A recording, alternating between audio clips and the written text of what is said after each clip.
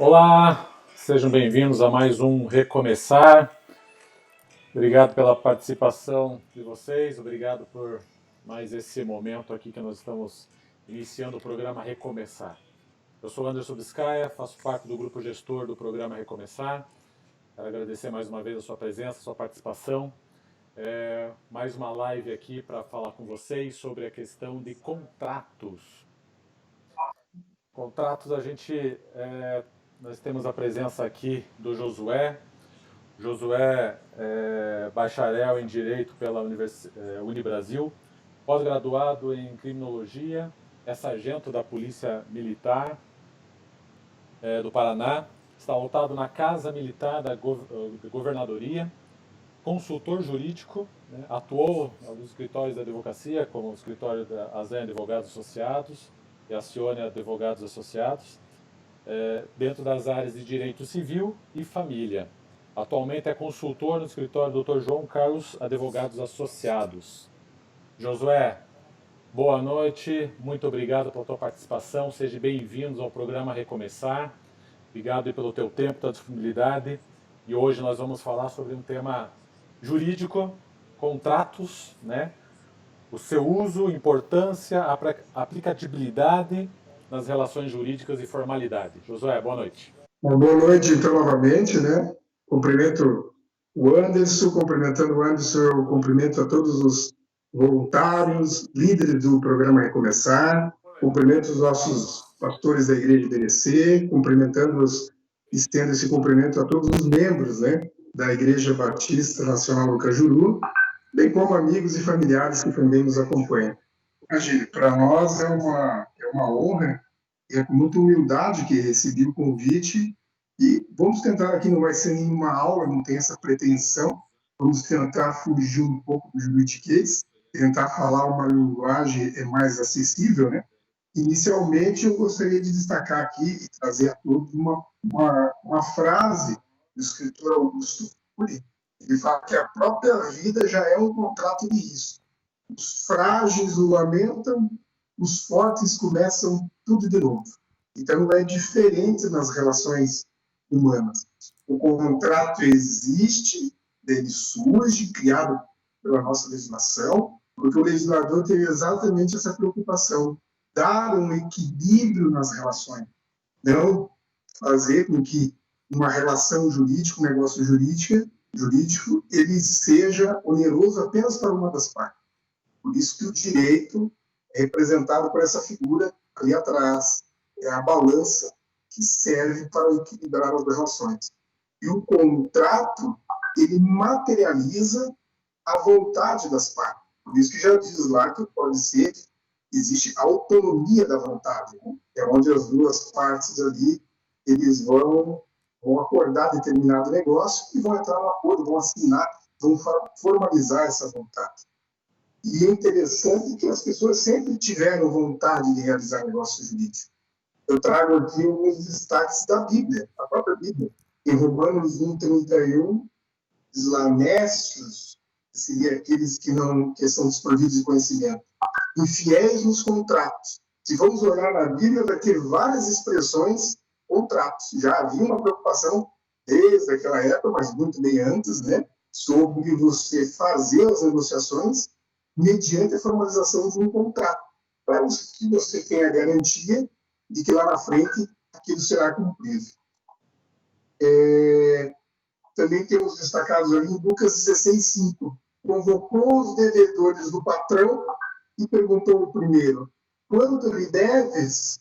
3.000 litros de leite. Aqui está o contrato. Ou seja, estava apresentando um contrato provando aquela relação jurídica, provando aquele negócio jurídico. Aí, com base nessa introdução, nós trazemos para os dias atuais. Primeiramente, é importante destacar que, devido a essa crise atual que estamos vivenciando, nós teremos uma nova medicina pós-pandemia, uma nova economia pós-medicina, pós-pandemia, e também não seria diferente das relações jurídicas pós-pandemia. Por isso eu vou trazer um pouco à frente a questão dos contratos em relação essa crise sanitária, digamos, destacando assim, sem precedentes que estamos vivendo. Então, um conceito de contrato, ele é um negócio jurídico, ele é bilateral, ou seja, é necessário que haja duas partes, né, dois lados. Depende dessa declaração da vontade, que é onde você vai escrever no contrato o objeto daquela negociação, como que se dará aquela negociação, quais são as obrigações de cada um para que possa ser concluído. Ele pode ser unilateral, quando apenas uma pessoa tem um interesse, tem uma obrigação, e a outra concorda com a conversa. Nós temos um plurilateral, né, que são várias pessoas que não estão no polo do contrato. Importante destacar, Anderson, que o contrato pode ser de pessoas físicas e pessoas jurídicas. Eu posso contratar uma outra pessoa física, mas também eu posso contratar de uma pessoa jurídica. No mesmo contrato, uma pessoa física, e assim por diante. Não sei se tem alguma pergunta que vai surgindo, se você quiser me interromper, pode. Aqui eu vou deixar para o público aqui, tá? Eu estou acompanhando aqui também junto às mensagens no chat. E aí, pessoal, se vocês tiverem alguma pergunta, algum ponto que vocês queiram esclarecer, né, o que fazer, por favor, pode mandar aqui no chat. A gente está com a equipe aqui também acompanhando os chats, eles vão encaminhando, eu vou olhando aqui, a gente vai fazendo esse bate-bola aí, é para deixar interativa a nossa conversa. Mas eu queria buscar, Josué, se for possível, até o que aconteceu na live passada, né, uma das dúvidas, né, como é que eu faço para fazer uma renegociação de contrato? E aí a gente lá na live passada a gente falou muito sobre a questão de você trabalhar a parte de negociar aluguel, né? Então, tem um dos pontos aqui, né, o contrato do aluguel, o inquilino pode sair a qualquer momento. Como é que a gente faz essa tratativa, né? Como funciona o contrato? E aí tem uma outra pergunta aqui, doutor Josué, como funciona o contrato de porteira fechada, né? Então o pessoal está colocando algumas perguntas aqui, eu vou interagindo. Então, acho que se a gente resgatar o que aconteceu lá na live passada, só para pegar o gancho e a gente seguir na linha, a gente já vai respondendo as próximas aqui também. E pessoal, vai mandando as perguntas, tem aí, a gente vai colocando aqui para falar. Eu vou só fazer mais uma introduçãozinha técnica, mas é mais para fins didáticos e de conhecimento. Perfeito. Então, depois aquele que tiver a curiosidade, vai lá no Código Civil, né, vai abrir o Código Civil nos seus artigos, lá do artigo 421 até o 426, que é onde o legislador teve a preocupação em normatizar lá, elencar os ritos do contrato. Aí, então, eu passo para essa pergunta que é muito importante sobre os contratos de aluguéis diante, né, dessa pandemia. É importante esclarecer e ressaltar ao nosso público que o contrato ele nasce para ser cumprido. Ninguém faz um contrato acreditando que no meio dele ali vai se rescindir. A gente não tem essa pretensão. Pelo menos assim também o legislador pensou. Mas a situação da pandemia é uma situação atípica, não prevista. É praticamente um motivo de força maior, que trouxe, então, a necessidade de haver essa negociação entre as partes. Uma das coisas, por exemplo, dentro do contrato, ele não pode se dar com o sacrifício da dignidade da pessoa. Então, por exemplo, se está ali, ele é um autônomo, uma pessoa que precisa ferir renda, mas devido à intervenção do Estado, à intervenção da União, à intervenção do município, diante deste quadro sanitário, ele também não tinha essa previsão, acabou sofrendo uma diminuição na sua renda, dos seus proventos, mas, por outro lado, nós temos o proprietário do imóvel que também não pode ser onerado por conta dessa situação. Porque, se formos falarmos de uma rescisão do contrato, deveria ser por conta de uma das partes, mas aí houve uma intervenção do Estado que, né, uma medida sanitária, trouxe isolamento social, as pessoas não puderam trabalhar, não puderam aferir a sua renda e os seus compromissos não puderam ser honrados. Aí que existe esse equilíbrio. O que os juristas, os operadores do direito têm feito, e aqui respondendo as perguntas, é para que as pessoas tentem uma renegociação. A renegociação ela é prevista no Código Civil. O artigo 317 ele traz para nós, que é a teoria da imprevisão. Já é previsto isso aí. E a pandemia é algo que aconteceu de forma não prevista.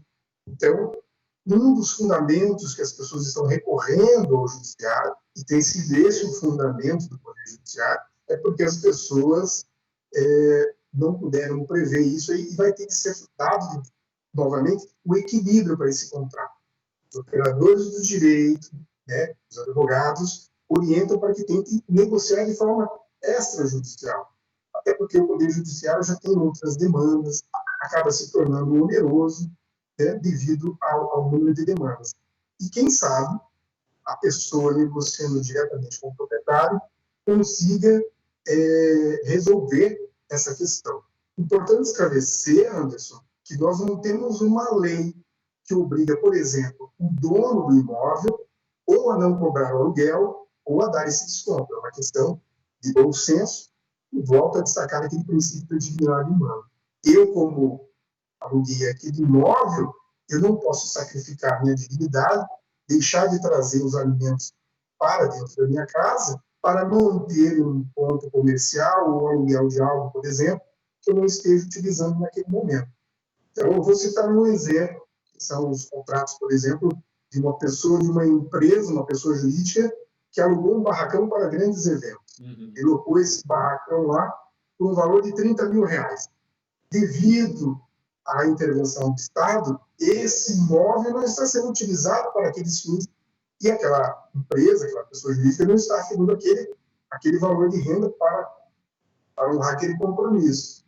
Então, aí que entra o equilíbrio. Aí tem que se voltar ali com alguém, equilibrar aquela relação, dizer, olha, ele não tem essa renda, ele não pode pagar um aluguel de R$30.000.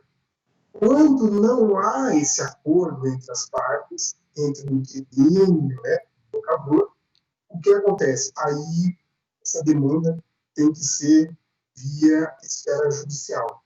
Aí demora um pouco até chegar a esse consenso. Nós temos um projeto de lei que foi aprovado pelo Senado. Esse projeto ele chegou até o Senado e ele foi diminuído em algumas questões, porque algumas cláusulas, alguns artigos desse projeto de lei também poderiam onerar muito o proprietário do imóvel. Lembrando que tem algumas pessoas que só têm um imóvel que faz daquilo a sua renda. Outros têm 2, outros têm 3, outros têm um pouco a mais. Então, o legislador se preocupou com isso. Quando esse projeto chegou ao Senado, os senadores, os legisladores, viram com uma certa cautela. Nós não podemos, por exemplo, tinha um dos artigos que era, salvo engano, o artigo 9º ou 10º, que dizia que o proprietário do imóvel iria suspender a cobrança do aluguel por 3 meses. Então, isso praticamente se tornou uma forma onerosa para a outra parte, e os senadores, com muito cuidado, com muita cautela, falaram, não, vamos abrir a possibilidade de negociação entre as partes. E assim foi aprovado esse projeto, em que as partes podem entrar no consenso e tentarem negociar esse aluguel.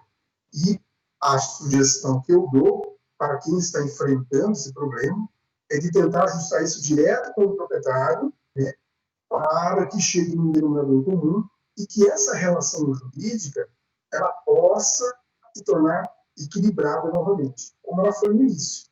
Ninguém quer deixar de cumprir o contrato. Ninguém deixa de pagar as suas dívidas ou honrar seus compromissos, salvo algumas exceções, porque um dólar, porque eu quero fazer isso. Geralmente é por motivo de força maior, de um acontecimento imprevisível. Perfeito. Então, assim, acho que um ponto aqui, José, se permite o entendimento também, até para explicar para o pessoal, o bom senso ele é algo que tem que estar atrelado, mas também, porque assim, né, pelo que você comentou, né, buscando esse tema aí sobre a questão do aluguel, eu sou dono do imóvel, eu vivo só dessa renda, mas do outro lado a pessoa também tem a questão dela de vivência, ela vai deixar de viver para pagar o aluguel, então precisa entrar num acordo, né? Ou seja, entre inquilino e proprietário, você entrar num acordo, ter o bom senso para que as coisas possam caminhar conjunto. E isso está previsto que é possível, né, desde que realmente haja aí um entendimento das duas partes e pelo próprio o esboço, né, e a questão da justiça, a balança, né, ou seja, ambos têm que estar iguais ali no que diz respeito ao entendimento, né, para isso. Legal. É isso mesmo. Legal. Josué, tem umas perguntas aqui, ó, o que o pessoal colocou para nós aqui é o seguinte, a questão, deixa eu só localizar aqui. Uma pergunta do contrato de porteira fechada, né? Isso, Que parece Uhum.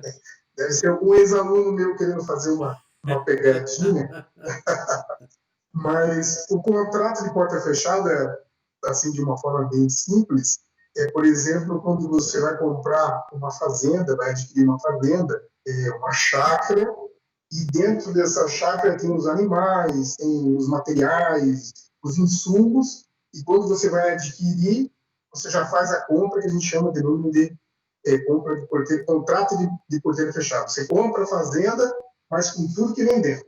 Os materiais, os insumos, né? Seria mais ou menos isso aí. Tem uma outra pergunta que estou falando aqui. O contrato verbal ainda é válido? Eu não entendi. É isso mesmo, contrato verbal, José? Sim, o contrato verbal ainda existe. É assim, a discussão que se dá é assim, de repente você tem que provar essa relação ali que surgiu. Mas, entre as partes ali, o contrato verbal existe, quando você, antigamente nós chamávamos o tal do fio do bigode, né?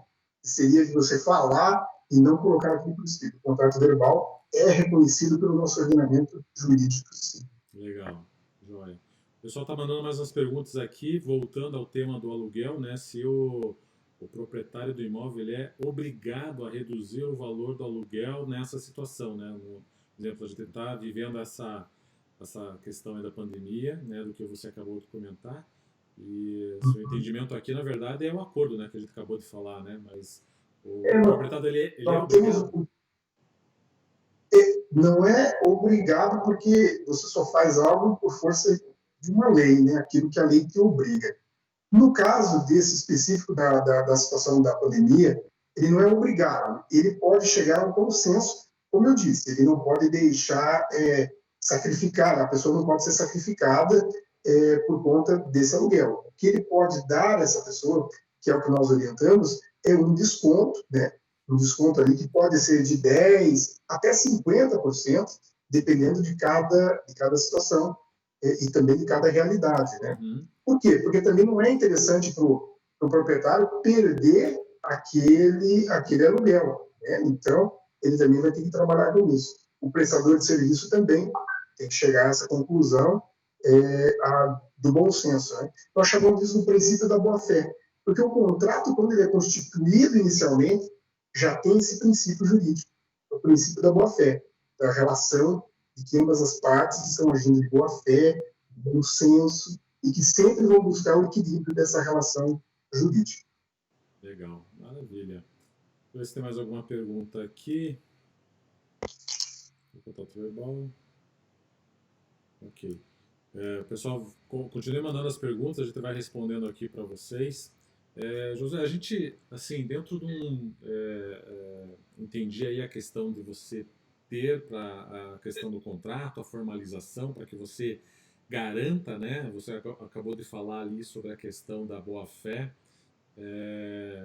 Na verdade, a gente deveria partir do princípio, né, de a boa-fé, a pessoa, ela realmente cumprir aquilo que fala, né? Mas o contrato ele veio justamente para fazer as formalizações e garantir para que isso se cumpra e principalmente pelo aspecto legal, né? Se precisar entrar em juízo, entrar em ação, você ter um documento formalizado. Agora me diga uma coisa, como é que funciona?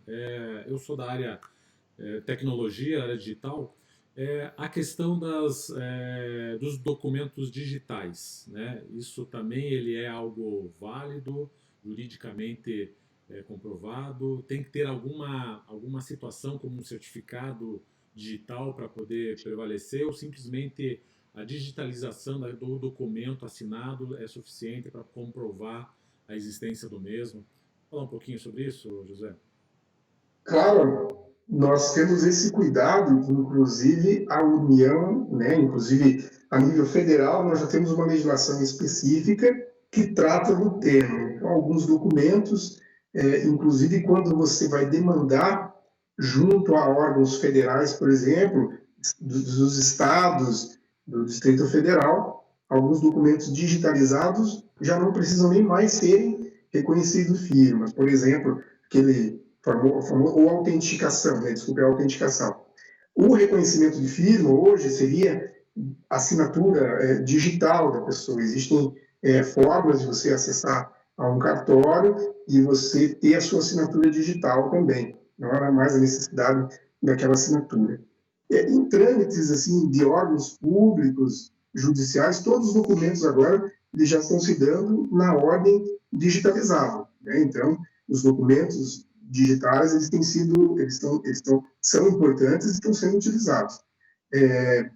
Sua pergunta seria no sentido de formalizar um contrato, Isso, seria vou um dar, vou dar, contrato. um, dar um exemplo, um contexto, né? Tem alguns clientes que têm dificuldade do uso da tecnologia, né? E principalmente agora com a pandemia, você pode imprimir o contrato, colocar por correio, mas você tem tempo, dias para fazer isso, e a tecnologia está fácil, está disponível, você pode mandar um e-mail com o contrato para a pessoa do outro lado receber, imprimir, assinar, digitalizar e devolver ele digitalizado. Mas aqui eu queria dividir em duas etapas. Né? Uma é esse processo, né? Ou seja, ele recebeu o documento, né? O arquivo, né? E recebeu, imprimiu esse documento, assinou, digitalizou o mesmo e fez a devolutiva dele digitalizado. Esse vale, ele tem o seu valor legal, certo? Perfeito, tem o seu valor legal. E Se um outro você contexto, que ele não faz isso, né? E simplesmente ele responde ao e-mail onde você anexou o documento, dizendo que está de acordo com as informações e fala, esse não tem valor, certo? Não existe um valor jurídico nesse caso. Ou pode ser questionável. ou ele pode ser questionado, porque aí nós teríamos uma certa, digamos, uma promessa, né? Ele não formalizou aquele contrato. Ele apenas então fez uma promessa para você do e-mail, do texto, dizendo, eu concordo, acho interessante. É como se você tivesse mandado uma minuta para ele, ele fez uma leitura daquele documento e te retornou dizendo, olha, o senhor concorda com aquilo. É nesse momento que você, como prestador de serviço, tem que ter a sensibilidade de falar assim, maravilha, meu amigo, então eu preciso que agora você o imprima, assine, digitaliza e me retorne ele digitalizado. Se você puder, Anderson, trazer aquela imagem que eu pedi para você, que nós vamos até falar, porque o contrato ele tem a sua formalidade, ele tem algumas formalidades, algumas coisinhas que é importante que a lei prevê. Por exemplo, tem que ter um tamanho de uma fonte, ele tem que ser com uma leitura acessível, ele Isso, não pode usar muitas expressões de difícil leitura, né? Ou entendimento para aquela pessoa que vai assinar. isso. A imagem já está sendo compartilhada com o pessoal aqui, está no paralelo, né? Daí eles conseguem Tá? olhar a full tela cheia. Então, perfeito. Veja bem, essa imagem aqui é um exemplo clássico de um contrato. Veja lá, a importância das letras pequenas no contrato. Nós temos um contrato, por exemplo, que é um contrato de casamento, por exemplo. Esse é inevitável. Todos nós, né, aqueles que querem, um dia vão passar pelo contrato do casamento. Lavar a louça, por exemplo, não está previsto. Não tem nenhuma cláusula, mas a gente faz um plus lá no contrato do casamento. Então, por exemplo, ali, está bem grande. Casa comigo, mas em letras pequenas, na verdade, o contexto é outro. Então, o contrato não pode ter essas armadilhas, né? Então, casa comigo ou limpa a casa comigo. Não é totalmente diferente o contexto, por isso que o legislador também teve essa preocupação em fazer uma formalidade. O contrato tem que ser formal, tem que seguir ali os requisitos para que a outra pessoa entenda o que está acordando ali e está assinando. Por isso que eu trouxe esse exemplo aí para você, que é um exemplo clássico, né? É, Que tem a ver com o casamento. e assim, vem aquela expressão que geralmente o pessoal fala quando está assinando um contrato, ó, dá uma olhada nas letras miúdas do contrato, Fazer. né? Então, é, Exatamente. Pode nesse, ser que tenha uma.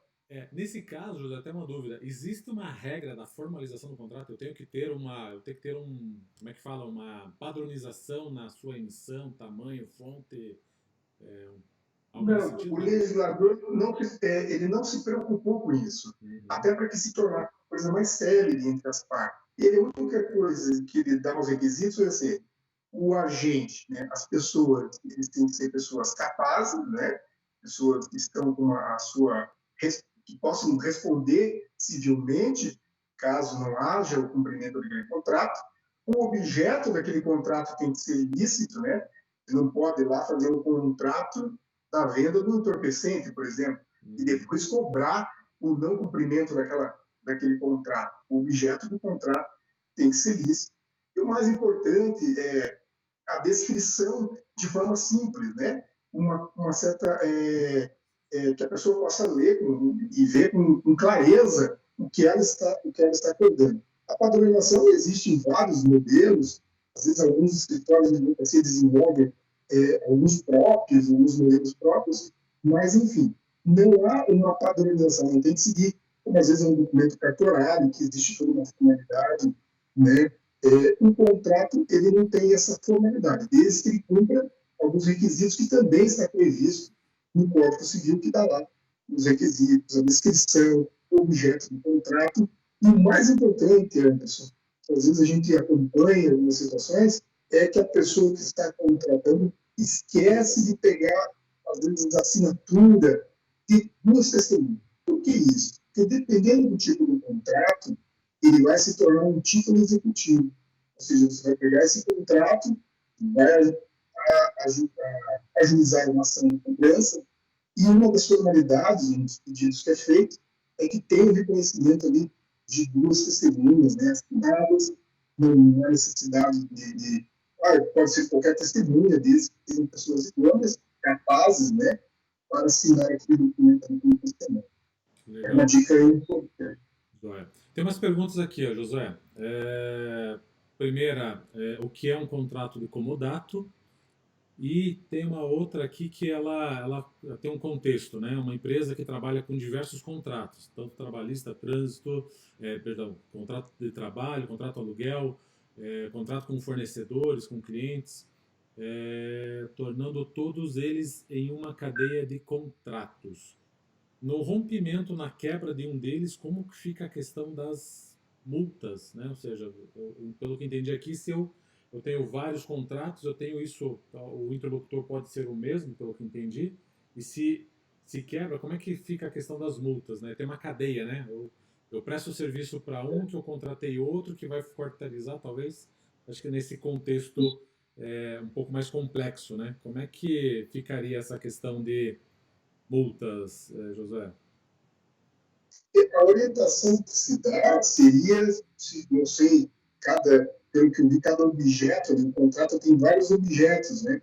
Ou seja, várias situações. Seria interessante que fosse um contrato para cada situação, né? Até porque tem uma realidade diferente. Havendo um rompimento de uma dessas situações, o que acontece? Nós temos que estudar, né, o caso ali e ver qual forma de aplicar, porque de repente, nesse contrato, se constar apenas uma cláusula penal, que obriga, né, a pessoa que descumprir, mas de qual assunto, de qual objeto desse contrato. Então, a orientação seria fazer um contrato para cada situação. Se for um contrato de trabalho, é um contrato de trabalho, que inclusive tem uma legislação própria. Né? Se for um contrato de objeto, compra e venda, também tem que ser separado.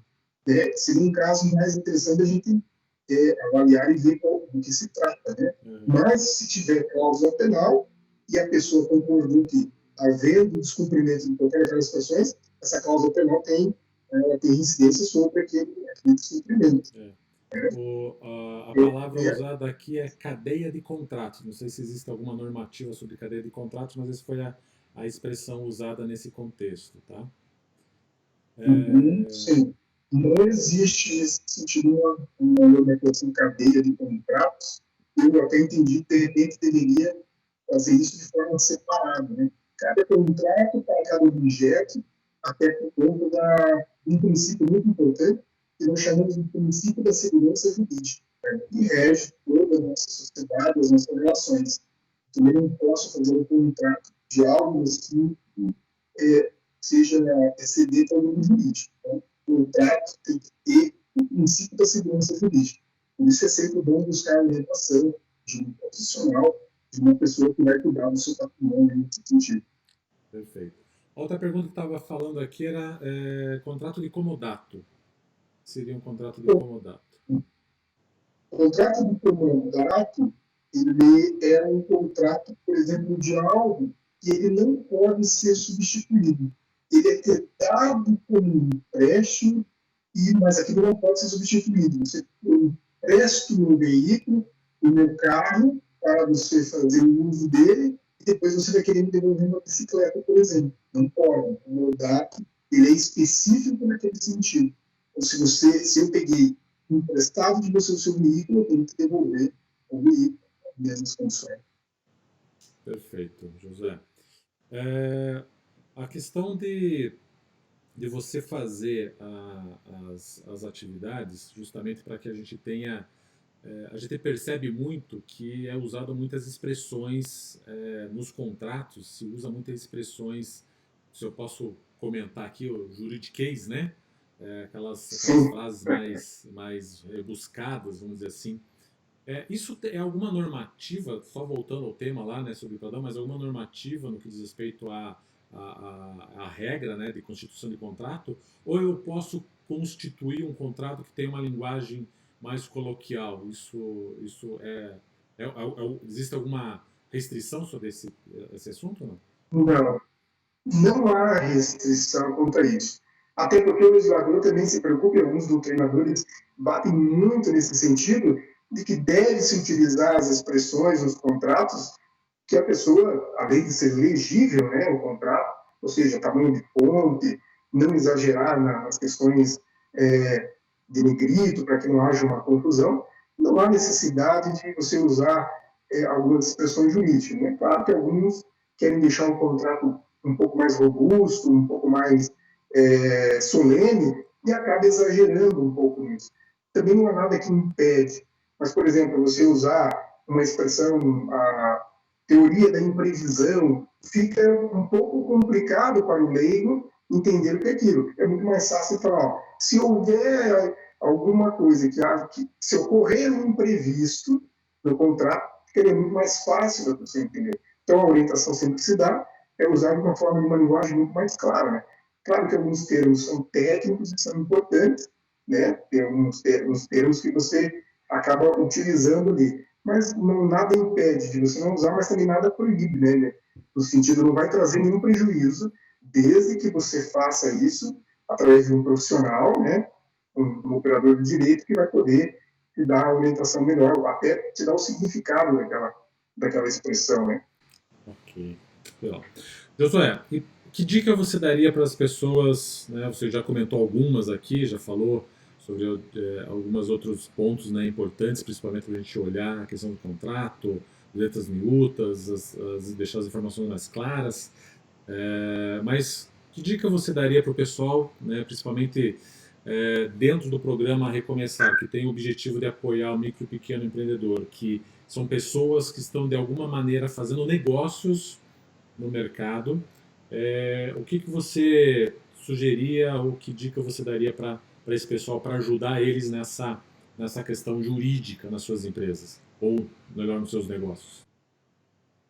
Perfeito. Se as pessoas, principalmente os pequenos empreendedores, eles estão agora diante de um quadro de negociação, com dívidas ou surgimento de cobranças, porque houve uma diminuição da sua receita, a dica mais importante é sempre buscar um conselho, sempre buscar uma orientação, porque às vezes isso é um fardo, é um peso para a pessoa, principalmente para o empresário que não tem outros recursos e às vezes acaba achando que é o fim do mundo tudo isso. Por isso que eu acho louvável esse programa, porque ele tem exatamente esse contexto, né? Essa sensibilidade de apoiar essas pessoas que às vezes falta apenas uma orientação, um caminho, um norte que é dado para ele. A orientação é sempre procurar o diálogo, o mais importante. Então, nas questões jurídicas, buscar a orientação, o programa está oferecendo isso de forma voluntária, né? Como bem colocado lá inicialmente, uma forma voluntária de dar essa orientação. Os voluntários especialistas do programa, eles não têm nenhum aferimento de receita, de recursos, não vão fazer nenhuma cobrança dessa orientação, é mais um trabalho de uma função social mesmo para poder ajudá-los. A dica é sempre procurar um conselho, sempre procurar uma orientação técnica, né? Tanto qual área que seja, ou seja na área jurídica, ou na área do marketing, ou está com dificuldade na publicidade da sua empresa, procure um conselho, como eu devo atuar, até porque nós vamos viver momentos diferentes, de se renovar, de se refazer devido a essa crise sanitária. Então, a dica principal, busque uma orientação de um profissional, de algum experiente naquela área, que vai poder caminhar com você, vai poder te ajudar, vai poder te auxiliar, e com certeza, né, haverá um crescimento muito mais pessoal, de repente, do que até mesmo, né, o profissional, que é aquilo que realmente você vai querer buscar, mas às vezes você ali acalmando, né, a sua pessoa, transmitindo essa calma para os seus familiares, as coisas começam a produzir frutos com certeza muito melhores do que havia acontecido aí com toda essa situação. Legal, Josué. Agradecer aí a tua participação. Uma última pergunta aqui para a gente encerrar essa etapa, né, e dar sequência. E reforçando o que o Josué acabou de comentar, a gente está, o programa Recomeçar tem a intenção de ser um braço de apoio para o micro e pequeno empreendedor. Estamos num momento complicado, né? E a gente colocou aí a força da igreja, né, os seus voluntários, seus membros, para poder compartilhar conhecimentos e informações, sendo conselheiros, sendo orientadores, mentores, né, para poder apoiar o micro e pequeno empreendedor. Então, procure a gente, você que está nos assistindo e não fez a tua inscrição ainda para buscar apoio, entra lá no site da igreja, lá na ibnc.org.br, tem lá o link para você preencher a ficha de inscrição para você receber o apoio do grupo de voluntários aqui da igreja. E se você que você tem conhecimento, quer compartilhar o teu conhecimento, membro da igreja da IBNC, quer participar desse programa, também entre lá no site, faça a sua inscrição, participe com a gente, né? Compartilhe aí o teu tempo, o conhecimento, para aqueles irmãos que estão precisando de apoio nesse momento, né? Uma última pergunta aqui, Josué fala o seguinte, tá? Para o empresário que está sofrendo ameaças devido aos empréstimos ou financiamentos que não estão podendo pagar, como proceder? Existe alguma ação jurídica para isso? Que orientação você daria? Se esse empréstimo, Anderson, for com uma instituição financeira, a relação aí ela é regulada, né, normatizada pelo Código de Defesa do Consumidor. Então, porque a relação é uma relação de consumo, né? O banco, a instituição financeira, é um prestador de serviço. E o próprio Código do Direito do Consumidor já prevê que as cobranças elas não podem ser providas de constrangimento, né? De situações que coloquem o consumidor em uma situação constrangedora. Então, aquelas ligações no trabalho, aquele esforço ali, quase que de ameaça para que a pessoa faça aquele pagamento da dívida, não pode acontecer. A orientação que a gente faça é o quê? Que a pessoa, o empresário, aquele que está sendo vítima, né, desse abuso de poder, que então busque na questão administrativa o PROCON para que possa intermediar essa situação e até fiscalizar, ver o que está acontecendo, e também, aonde ele se sentiu constrangido e lesado, há uma previsão, por conta da própria lei, a questão dos danos morais, né? Se você é ali cumprido, é repelido no seu íntimo ali, e de repente passou-se por uma situação de constrangimento, você pode buscar sim no judiciário, porque isso é um ato ilícito, e aquele que comete o ato ilícito tem o dever de reparar, e perante ao Poder Judiciário, que nós temos uma farta jurisprudência, fartos entendimentos judiciais já nesse sentido, já está até pacificado quando há um constrangimento por parte do cobrador, né, junto ao devedor, há sim o dever de reparar. Perfeito. Josué, muito obrigado aí pela tua participação, obrigado pelos esclarecimentos, a orientação, sabe as palavras aí sobre conduzir essa questão de contrato, que é algo jurídico, mas tem muitos detalhezinhos que você precisa se atentar, né? Queria agradecer, obrigado por participar aí do programa Recomeçar com a gente, falando sobre esse tema. Então, só mais um recado aqui importante para vocês, se vocês querem, tem mais alguma dúvida a respeito, entra lá no programa, pode mandar ali também no chat online para a gente vai pegar todas as informações aqui, retornar para vocês também. Entre em contato também através do site da igreja, você consegue entrar em contato aí com a gente no grupo de gestores. Se quer participar recebendo o apoio dos voluntários, preencha a ficha para a gente. Se você quer participar doando o seu tempo e o seu conhecimento, também tem lá o acesso para voluntários, tá? Obrigado. José, muito obrigado pela participação. Passamos aqui a palavra para o pastor Luiz. Deus abençoe a sua vida, viu? Obrigado.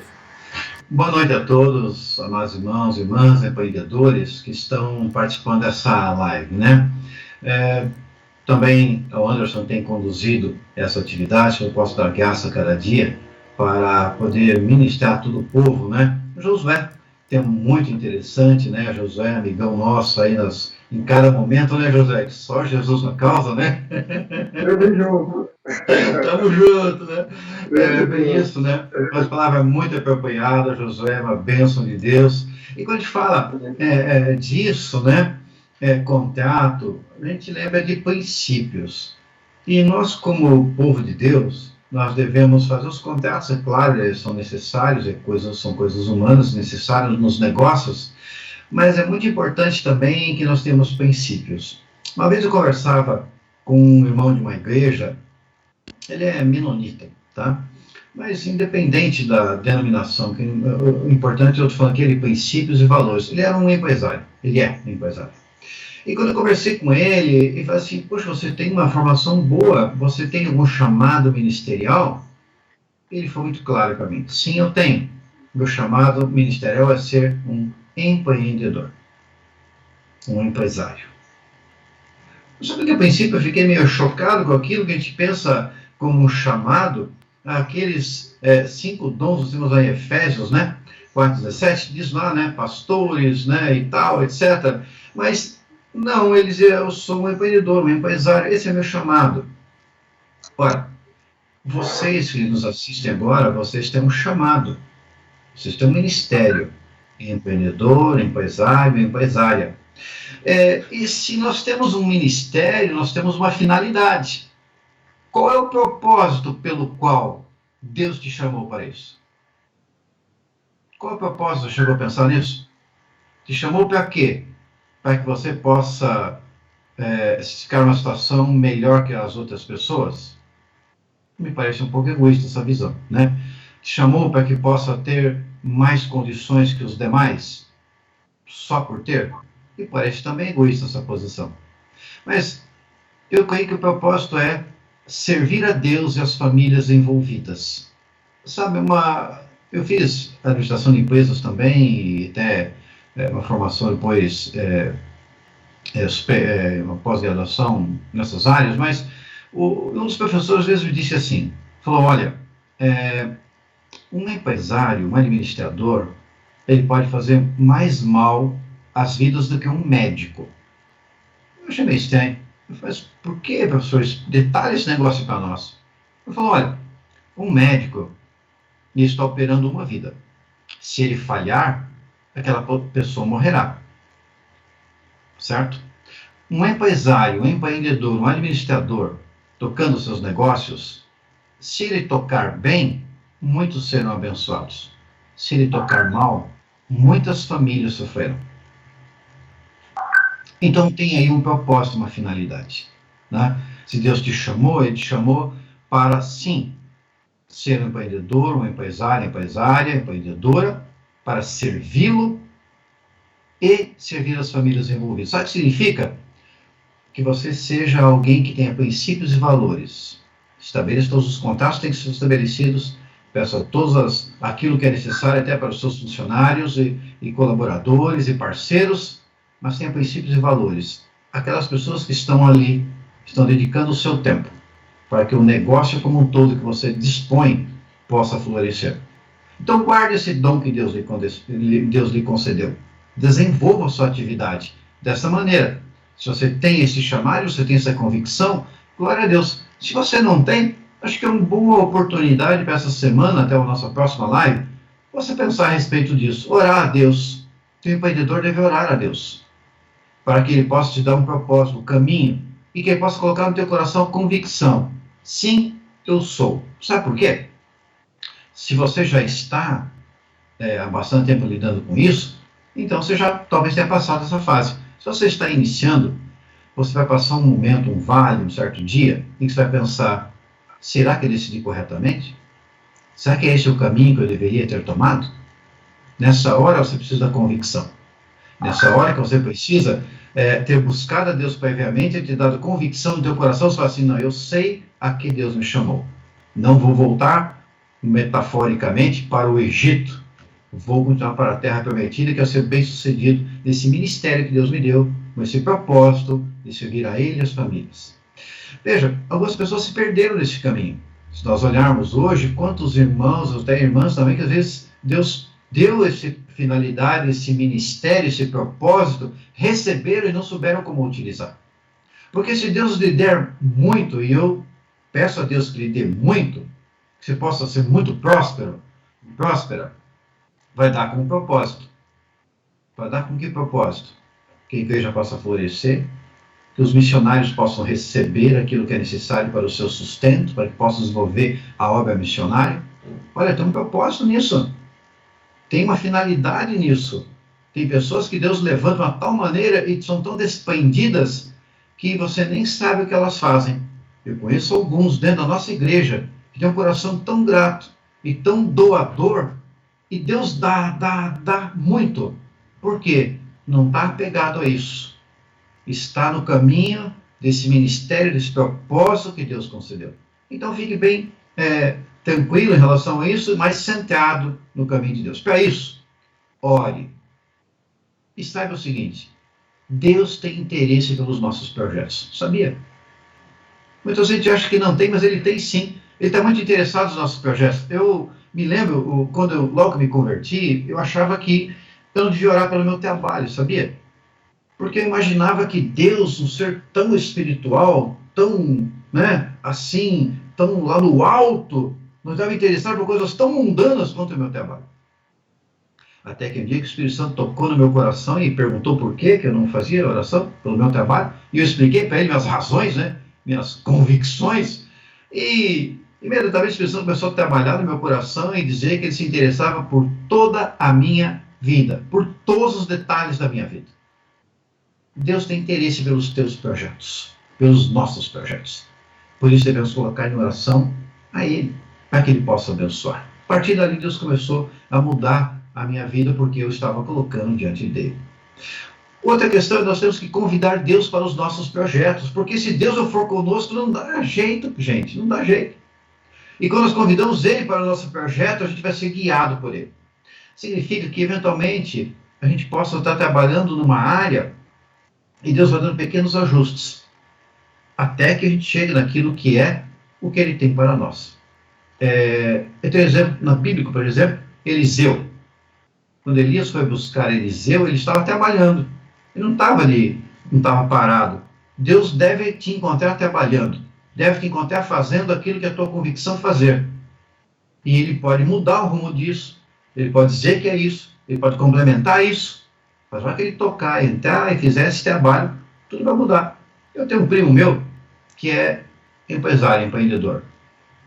Gente, até ele encontrar o ramo dele, olha quantas empresas ele abriu e fechou. Teve momentos de grande prosperidade, momentos de um pouco de dificuldade. Deus sempre supriu as necessidades, até que ele acertou a mão, como diz. Gente, é isso. Mas convide Deus para o teu projeto, porque ele se interessa pelos nossos projetos. E quando o convidamos, ele começa a atuar no nosso coração e nos dá direção. Além disso, ore pelos outros. Sabe, quando você for orar, coloque teu empreendimento diante de Deus, coloque teu projeto diante dele, mas coloca também as pessoas que estão te ajudando nisso. Clama por elas, pede Deus dê sabedoria a elas. E eu quero fechar essa breve meditação que sirva de embasamento para você com Êxodo 33, versículo 13, que eu vou ler. Agora, se alcancei favor diante de ti, peço que me faça saber neste momento o teu caminho, para que eu te conheça e obtenha favor diante de ti, e lembra-te que esta nação é teu povo. Olha, nossas orações normalmente são orações bastante egoístas, né? Senhor me abençoa, Senhor me dá, Senhor abre portas, Senhor isso, Senhor aquilo. Raramente a gente diz, né? Senhor, que eu posso fazer aquilo que o Senhor quer. Isso normalmente não acontece, a gente sempre quer o venha a nós o vosso reino, né? Tudo bem, podemos pedir a Deus. Mas veja que podemos aprender com Moisés, o grande líder, grande empreendedor nesse caso, que levar todo aquele povo, 2 milhões de pessoas, né? Não era fácil, não. Ele pede assim, ora, se alcancei favor de ti. Então veja só que ele está dizendo, ó Deus, eu quero pedir para mim, mas o que eu peço para mim é que eu saiba conduzir e realizar o ministério que o Senhor me deu. É isso que ele está falando. Então que a tua oração não seja, Senhor, abre porta, escancara, que tenha milhares de compradores, isso ou aquilo. Talvez a tua melhor oração seja, Senhor, me dá sabedoria para que eu possa conduzir esse ministério de empreendedor, esse ministério de empresário, empresária, de acordo com a tua vontade. Que todas as coisas vão seguir. Eu te peço bênção também por todos aqueles que estão comigo, estão colaborando comigo, se eu possa alcançá-los de uma bênção e graça. Eu creio que essa oração pode ser uma oração muito importante.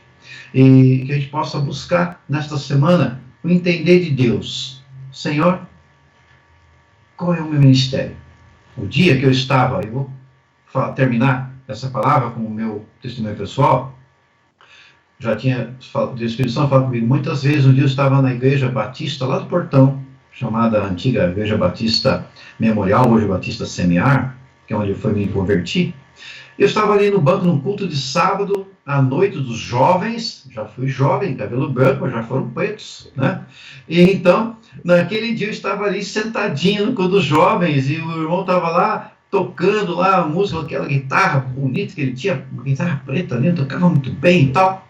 E de repente o Espírito Santo tocou no meu coração. E ele me deu convicção do meu chamado. E foi bonito porque ele começou assim, ter uma visão e tal, algumas coisas, ele falou, começou a falar comigo assim, começou a citar o versículo, a uns eu tenho como profeta, a outros como evangelistas, a outros como evangelistas, outros profetas, e até me faltou o terceiro, mas enfim, a ti eu tenho como pastor. Gente, na hora que ele falou aquilo, aquela palavra para mim foi a palavra rema, viva. A ti eu tenho como pastor. Esse é o meu ministério. Então não adianta quererem falar assim, não, vou te agora eleger alguma outra coisa. Eu não sou outra coisa a não ser pastor. É isso que ele me chamou e tem pedido ele que possa desempenhar bem esse papel. Tá? Então busca ele vai falar, o teu coração vai te dar convicção. Porque no dia que estiver mais complicado, ele vai dizer, filho, eu te chamei, eu te dei esse ministério. Vai em frente que eu sou contigo. Tá bem? E então esteja orando para que ele possa aprofundar isso sobre a tua vida cada dia. Amém? O Senhor abençoe cada um de vocês. E eu tenho certeza que essas aulas têm sido maravilhosas e o Senhor vai ministrar ainda mais ao seu coração. Esteja em oração constantemente, que ele vai mudar a tua vida para melhor. Amém? Amém, amém. Obrigado, pastor Luiz, obrigado pelas palavras. É importante Agradeço mais uma vez aqui o teu apoio, participação aqui com a gente no programa Recomeçar. Chegamos ao fim aqui de mais uma live. Para a semana que vem a gente vai ter formação de preços, era para ser hoje, né? Mas houve uma alteração na agenda aqui do palestrante, então a gente vai ter na semana que vem, quinta-feira, marca aí na agenda de vocês, 8h30, vamos começar no horário. Hoje teve uma falha aqui na liberação da transmissão pelo YouTube, então por isso que acabou atrasando um pouquinho, peço mais uma vez perdão aí para vocês. Semana que vem, 8h30, vamos falar sobre formação de preços, ok? Marca aí na agenda de vocês. Obrigado mais uma vez, tenha uma excelente noite, um bom descanso. Obrigado, pastor Luiz, obrigado, Josué, pela participação e nos vemos até a próxima. Até mais. Deus abençoe a todos. Até mais. Tchau, tchau. Tchau, tchau.